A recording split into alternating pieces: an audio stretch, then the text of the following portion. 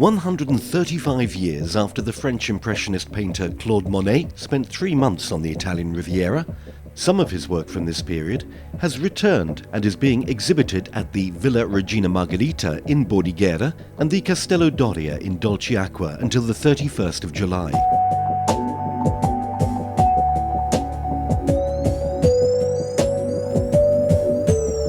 Monet discovered Bordighera on a trip to the Mediterranean coast with his fellow artist Pierre-Auguste Renoir in the winter of 1883. Impressed by the beauty of its flora, he decided to return, but wanted to keep his visit a secret from his colleagues. He said that he discovered an incredible place during this 3 weeks trip, Bordighera, that he absolutely wished to come back here to paint, and that he didn't want that friend artists, they shouldn't knew that he was leaving. One letter he said, I always worked better on my own, alone, and following my own impressions. Bordighera was a popular winter destination for many British and other European visitors in the late 19th century. With the memory of the Franco-Prussian War still fresh, Monet chose to stay at the Pension Anglais in Bordighera, where the clients were predominantly British and American. In addition to the beautiful flora in the area, Monet was also inspired by another natural phenomena. The light is incredible during winter and changing every moment.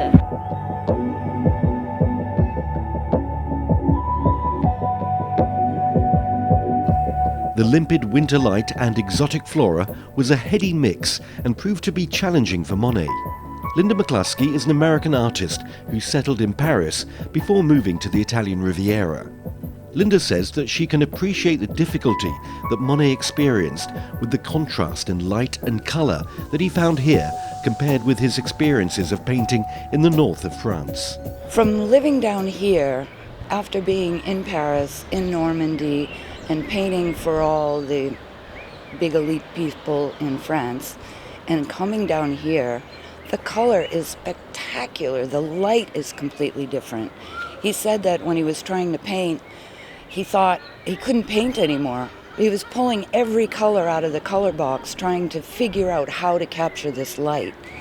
During his 3-month stay in Bordighera, from mid-January to April 1884, Monet also painted the valley of Sasso, inland from Bordighera. This painting of Monaco from Roquebrune Cap Martin has been loaned to the exhibition from Prince Albert II's personal collection.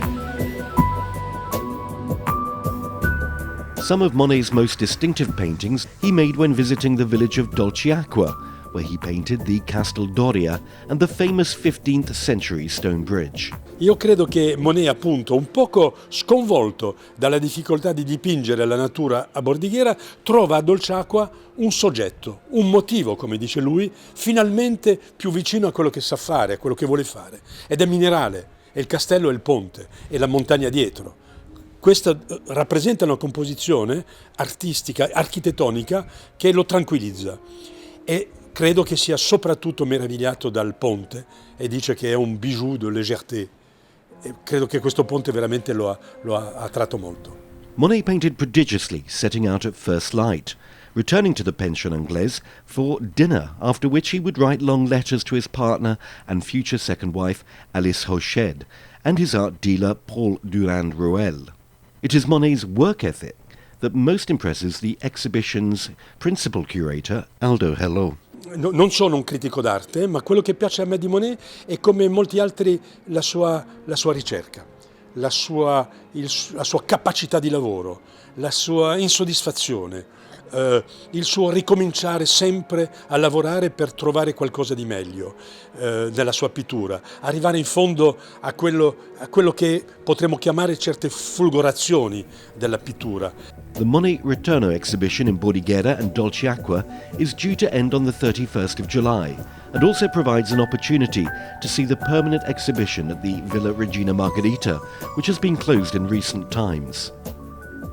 The exhibition's co-curator, Silvia Alborno, who has been passionate about Monet's work since her teens, says that Monet's sojourn in her hometown of Bordighera, inspired his later series and his famous water lily paintings that became his focus in later life when his eyesight was failing.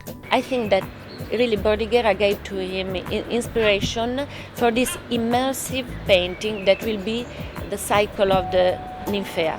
You can see when in the Valley of Sasso or in a few paintings the olive trees, there is another painting under the lemon trees where you can see that the artist is completely immersed in the nature.